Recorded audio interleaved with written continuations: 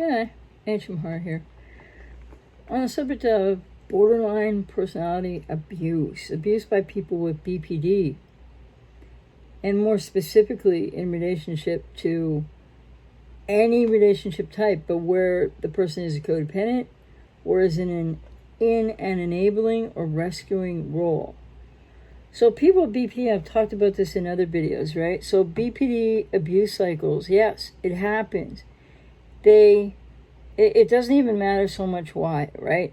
The people with BPD are not perceiving things. They get triggered, so then everything starts to come back from their past, and they're not always crying little babies, and they're not always 2 years old, and it's not always age regression accompanied, but they will get triggered, which the triggers are inside of them, not your fault. If you're with somebody with BPD or you have a relative with BPD or whatever the relationship type, and in significant other relationships in particular, I'm seeing a lot of information out there right now where in people, and even like discussions on those endless, sites of where people write their experiences, people are starting to basically are fusing codependency with borderline personality. It's like, whoa, what? So people with BPD can be quite abusive. But let's remember, not all people with BPD are the same. Not all people with BPD are in the same place.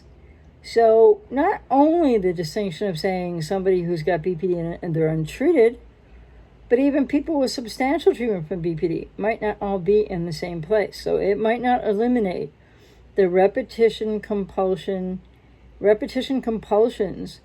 are actually reenactments in the here and now, when triggered to emotional dysregulation of things that happen, the re-experiencing, not the reenactment, of things that happen for the person with BPD in their past. And past doesn't always mean 0 to 2 years of age. Past doesn't, a lot, there's arrested emotional development, but it can be a lot of different things. And when their past comes flying into the here and now for them in a dissociative way, they re-experience it. And then they aim it to the person closest, and I'm not defending that. But when this happens, the Cartman drama triangle really explains this well, because it's like an inverted, so like an upside down triangle rather, right? And at one corner is persecutor, at the other corner is rescuer, and then at the bottom, because the triangle is upside down, as compared to the normal triangle, is the victim. Well, what happens is people with BPD are reliving trauma and in a dissociative way, re-experiencing it in the here and now. And people with codependency don't cause that, aren't responsible for that. It's not your fault. It's happening within them, and something triggered them. Okay, so then they're going to go from feeling triggered, which is instantaneously, whether conscious or subconscious, it's aligning with victim, because many people with BPD were victimized in childhood. So they're aligning with, they feel like a victim. They feel powerless, they feel out of control, so they're going to overcompensate in every which way to be the persecutor out toward you, projecting out all this distress, the repetition compulsion, the pain, without understanding a lot of it, but still they're responsible, right? Because there's no excuse for abuse. But so they feel like a victim, they're triggered, it's a dissociative experience, they're not always going back to the age of 0 or the age of 2, they're not crying babies. I'm going to keep saying this because when people with BPD get into that kind of trigger place, it can happen sometimes, but it's not every time they're triggered. And it's not exactly like that, actually, because it's not until people get really significant treatment with BPD and go into that way deeper work I'm always talking about, that they are going to encounter the depth of the wounded, primal core of their woundedness of the infant and or the young toddler, the pre-verbal and the precognitive woundedness.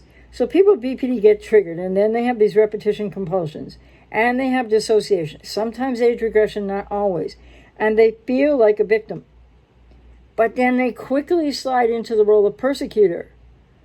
So in an effort to overcompensate now, because even though they're re-experiencing from the past, but now they are physically and intellectually adults, not that there's any intellect really in this because the emotions are flooding the person, they become the persecutor. And that is part interjected parent, object other parent representation that has a lot of injunctions that go with it, and it's pretty automatic until people with BPD learn how to do something about that. So they go from feeling like a victim, triggered in everything I just said, into the persecutor role, which is what they couldn't do when they were younger. And younger doesn't mean 2 necessarily. They could have been 4, they could have been 5, they could have been 7.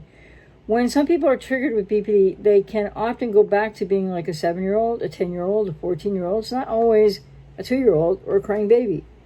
So they get into this persecutor role, which is then taking on an introject, of the abusive parent. So there's like a lot going on. They're re-experiencing the repetition compulsion of being victimized, and they're also now,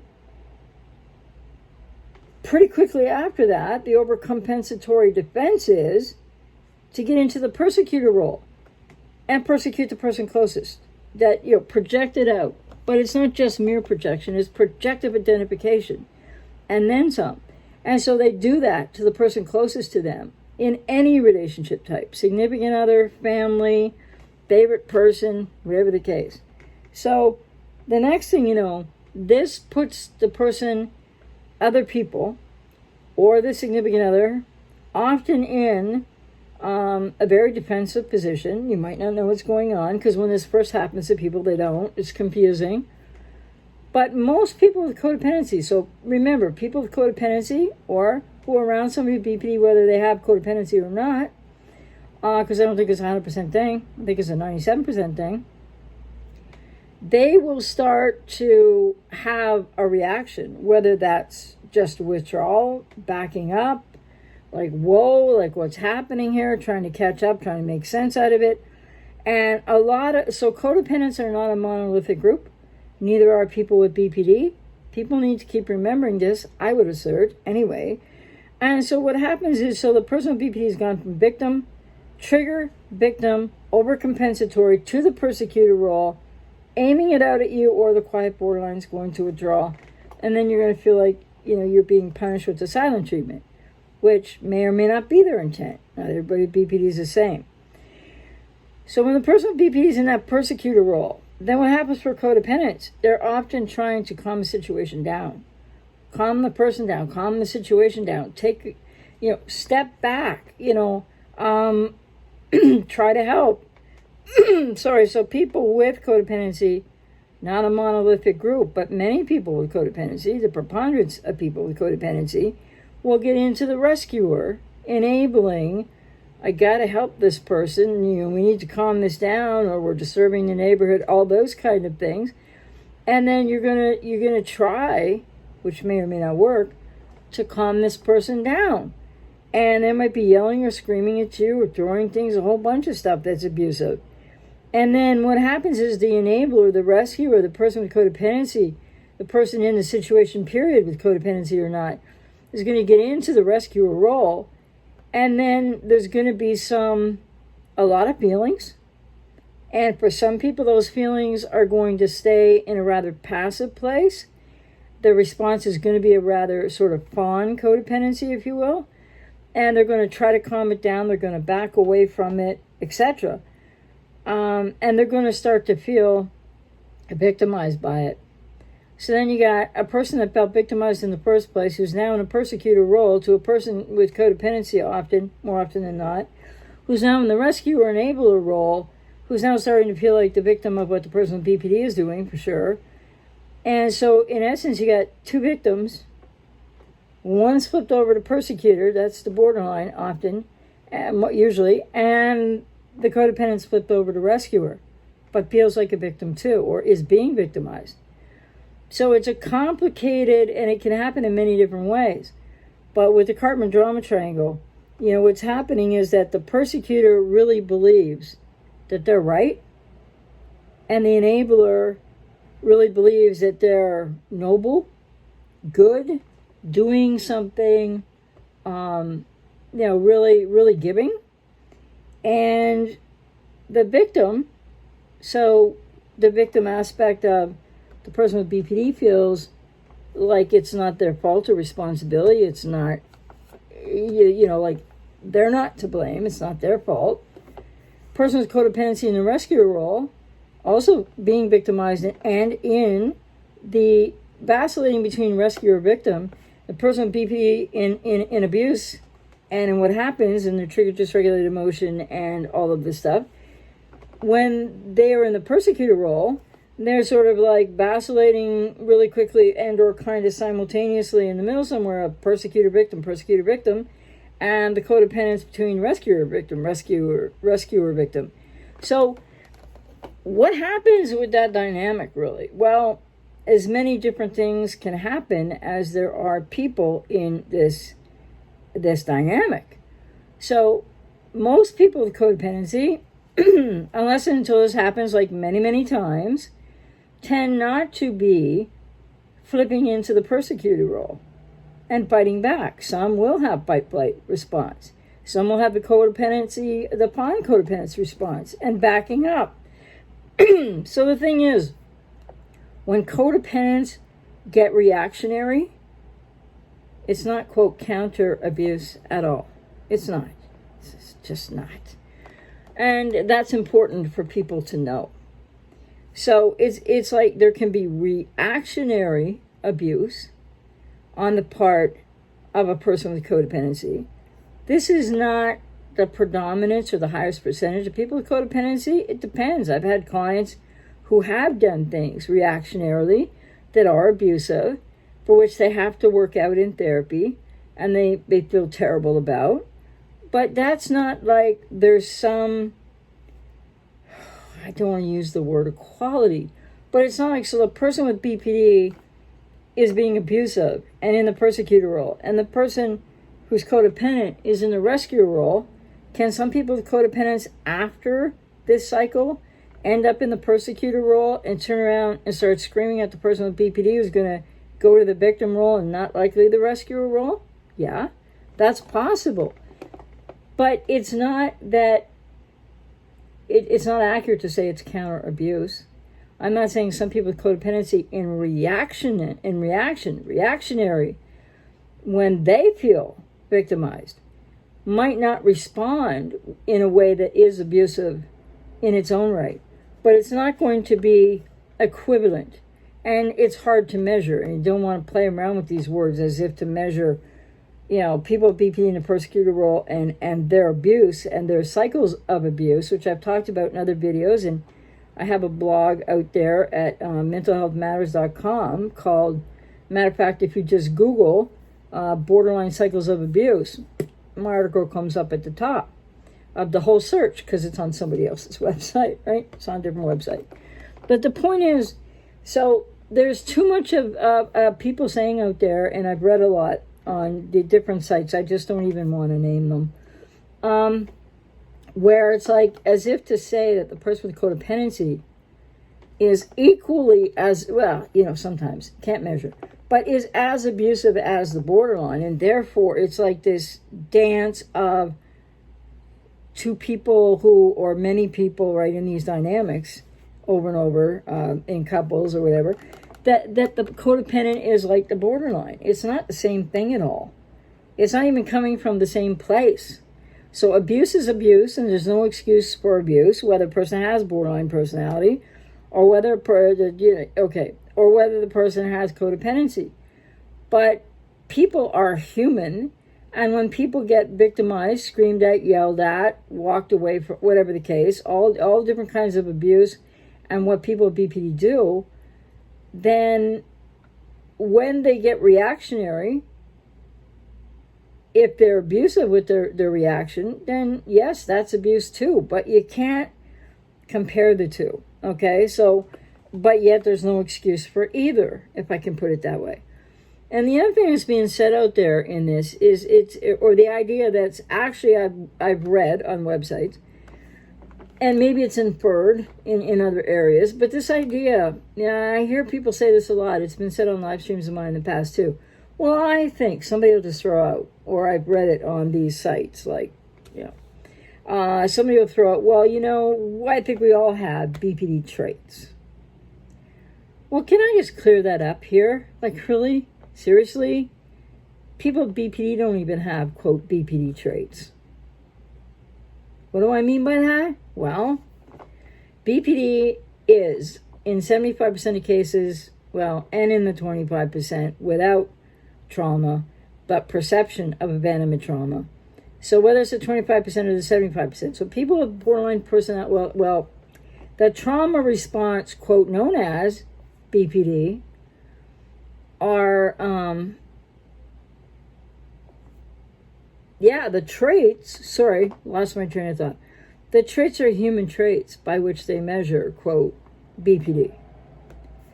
So, do we all have human traits? Yeah, we all have the same freaking human traits. Doesn't mean everybody's got BPD traits. So, I see a lot of codependents talking about that on these websites where people write a lot of stuff, right?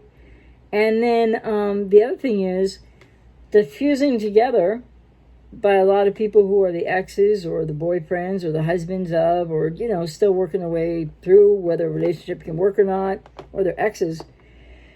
Again, on a lot of these websites, maybe YouTube too, but on a lot of these websites, a lot of people are writing this stuff, which is their opinion, their experience, but it's like they're starting to fuse together codependency and the trauma response known as BPD, which is pathologized by American psychiatry. So the thing is, because they don't look at the whole context, the thing is that people with codependency, just to keep this straight again, I hope this helps somebody out. Maybe you don't need to hear it, but if you need to hear it, it might help. People with codependency have adverse childhood experience or a level of trauma. But trauma in the sense can be very traumatic for a young child, whatever the trauma is. People with codependency tend to get this woundedness at, a later age, like 6, 7, 8. And the seeds of the codependent relational pattern are sown there. But that's not the same as the trauma response known as BPD at all. People are starting to conflate them together.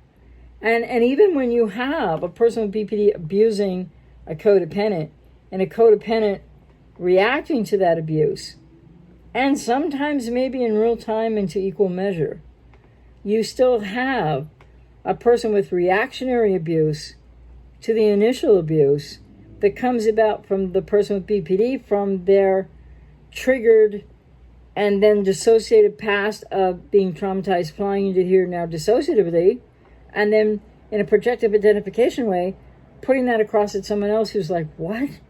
It's very painful stuff.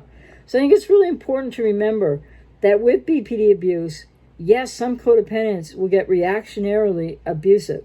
And I'm not saying that's okay, but they're not exactly the same. Might sound crazy, but they're just not exactly the same.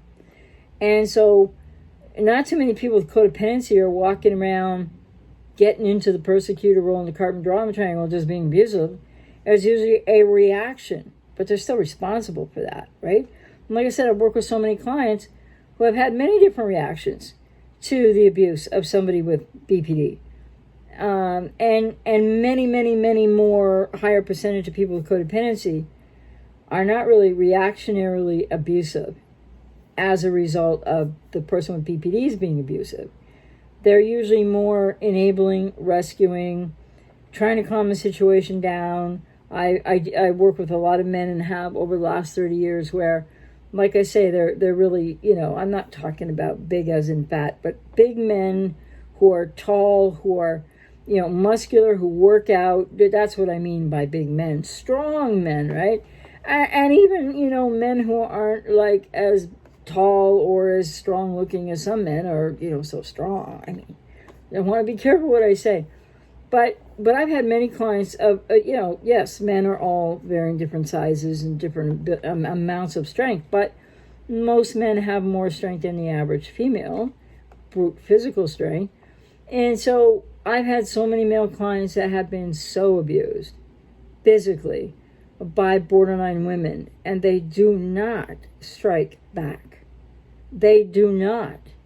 And many times when I've been working with clients who've gotten reactionary, the reaction isn't equal to what's happened to them, or it's very rarely the same physical reaction back at the person, like aggressing physically to the person. So, but can there be abuse in reactivity from people with codependence? Yes. And that's not excusable either. So this idea, though, that, we all have BPD traits, and, that codependents are like big abusers when they react, well, there can be some abuse, but it's just not the same thing. And people are starting to, with their misinformation and or when they tell their experiences on these websites, I don't know, maybe they're just thinking out loud, but it's really important to realize there are differences. But abuse is abuse, and there's no excuse for abuse. But most often with codependence, it's a reaction, and it's reactionary, and depending what happens, like abuse is still abuse, like I said.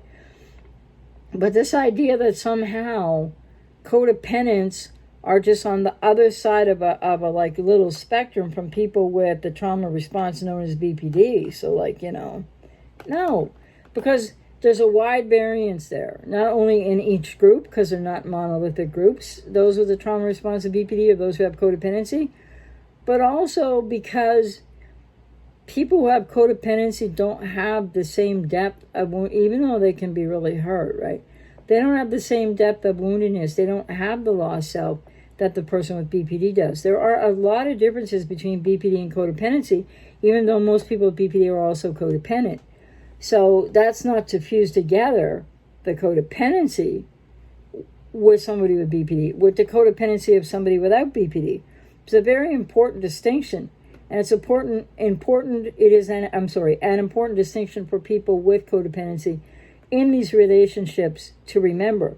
And the other key thing, obviously, is because this is what happens for people with codependency, right? Because a whole other thing is happening for people with BPD, which I've talked about in many other videos, and I'll talk about in another video, is that people with codependency may well not realize, right? And they're still trying to rescue, and they're still trying to fix, and they're still stuck in the unhealthy relational pattern of codependency, which is not the same unhealthy relational pattern as those with BPD, okay? So not the same. And when they are stuck in that, and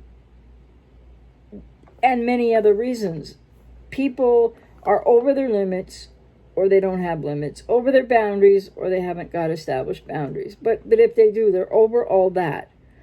And the reactions are coming from a place, and lots of them aren't abusive reactions. But if it's an abusive reaction, I'm not trying to justify that either from a person with codependency when they're being abused by somebody with BPD. But it's just not all the same. The dynamics are much more complicated than that. And I also want to clarify that for people with a trauma response known as, by American Psychiatry and Pathologized, up the yin-yang, but BPD, emotional arrested development happens at or before the age of 2. With people with narcissistic personality disorder who go on to meet that criteria, whether they're diagnosed or not, so they may know it, they may not know it, but people with narcissistic personality disorder, the emotional arrest happens between 3 to 5. So really, the woundedness of codependency is seen more after the age of 5, more often than not, and or it's to a lesser degree if it's between 4 and 5, 3 and 5, so that it doesn't end up with a person developing NPD.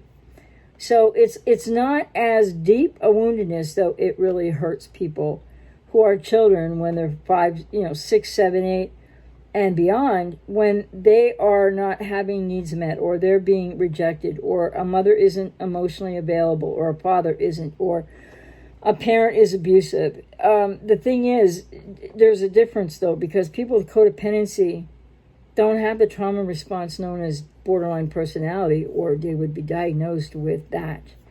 So, and the traits by which American psychiatry defines the trauma response known as BPD and their whole pathological model, they're human traits that they base it on. The only distinguishing factors, two of them that they make for people with the trauma response known as BPD, is that they're experiencing these human traits much more frequently and much more intensely than the rest of us, than the average person, than even most people with codependency, more than most people with codependency. So this idea that we all have BPD traits, no, it's nonsense.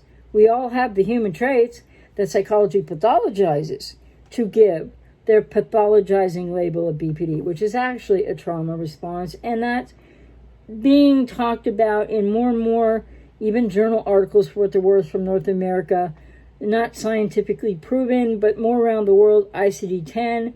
But the thing is, they're conflating ideas that people with codependency are just a flip side of people with BPD. It's not true at all. It's just not true at all. So I hope that helps somebody today. Take care.